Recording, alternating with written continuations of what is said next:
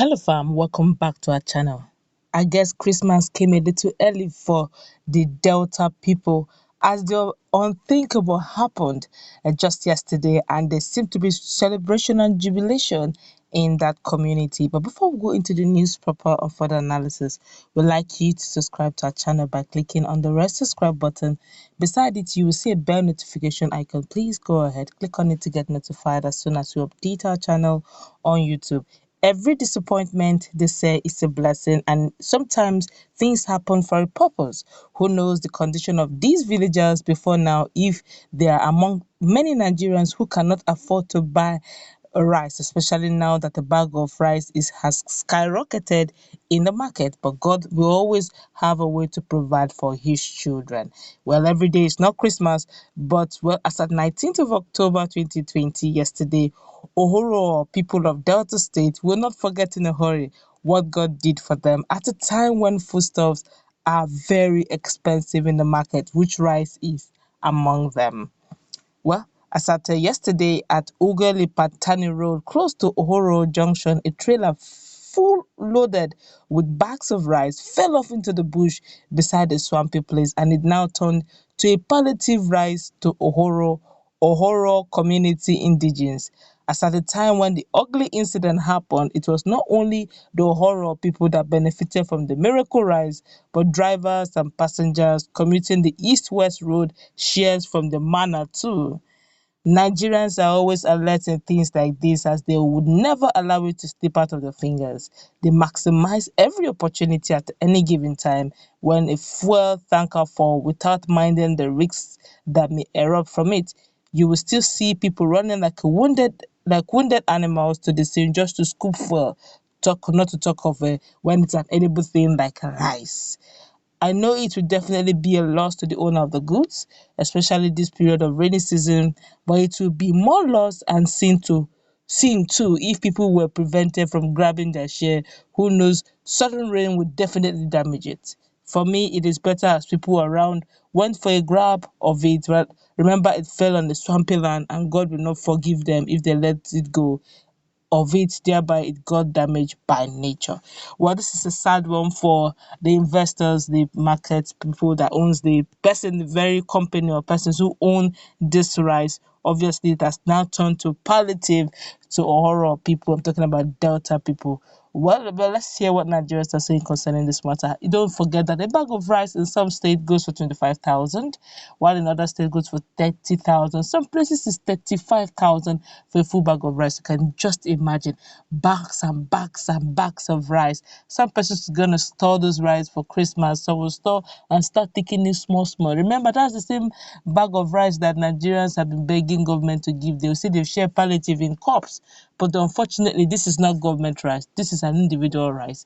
This is probably an investor who has probably spent millions.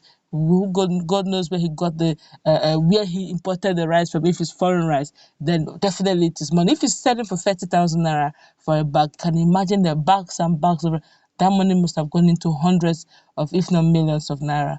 Too bad though. But then, if you look at it from another point of view, it fell on a swampy area. Definitely, if rice is soaked in water, it's fully damaged. So instead of the man losing it totally and the people getting so hungry, it's only wise for them to start picking the rice so that it doesn't get bad in all. Like who says manna still doesn't happen to the poor? Manna still happen both to the rich and to the poor. They don't have food to feed them, but somehow it's coming. It's bad laws, it's bad market. Sorry to the owner, but then I guess the people need it more than the nature that will soak the rice. But let's hear what Nigerians are saying concerning this matter. This one here say, but they should also remember that if someone's business and they should also remember that this is someone's business and that business has collapsed already.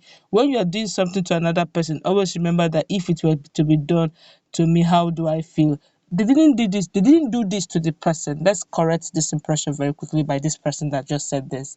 It's nature. Unfortunately, these are the hazards of the business. When it comes to tanker driving, always bear in mind that it may fall.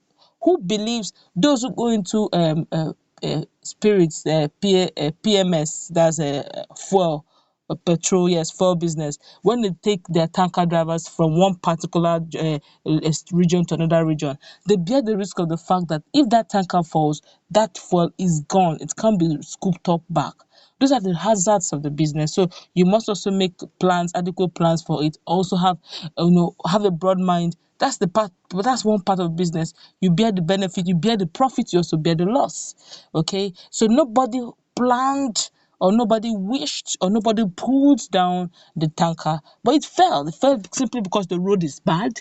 It fell simply because the area is swampy and there's no adequate provision for tankers to drive in swampy areas or make provisions so that the tanker will not fall in swampy areas. So yes, it fell in swampy area. Do you expect the villagers to say, person business, you now leave it and the thing will soak? At the end of the day, the man will lose and the rice will go to waste and we have hungry people. Yes, I feel the pains of the businessman. Honestly, I do. That is why you see youth protesting on the road, shouting answers, demanding for good governance. If there's a good governance, if there were good governance, the roads are perfect. Would trailer of a businessman fall and crumble? Let's tell ourselves the truth. Let's stop blaming people here. In fact, my head is knocking now. And what do you mean? Let me just look at what this man has just said. If the road was good, the businessman won't have lost his rights to bad road and the tanker won't have followed and the people won't have taken his rights. So that's what the youth are out there fighting for. Good governance, good road, good everything, good electricity, good everything. If things are working fine, will there be people who will come in and be scrabbling for food? Food should be so cheap to the point that an average Nigerian will see food and will tell you no thank you because it's affordable.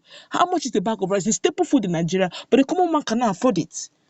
What do you mean by how do you feel? Is it the people's fault? There's hunger in the land.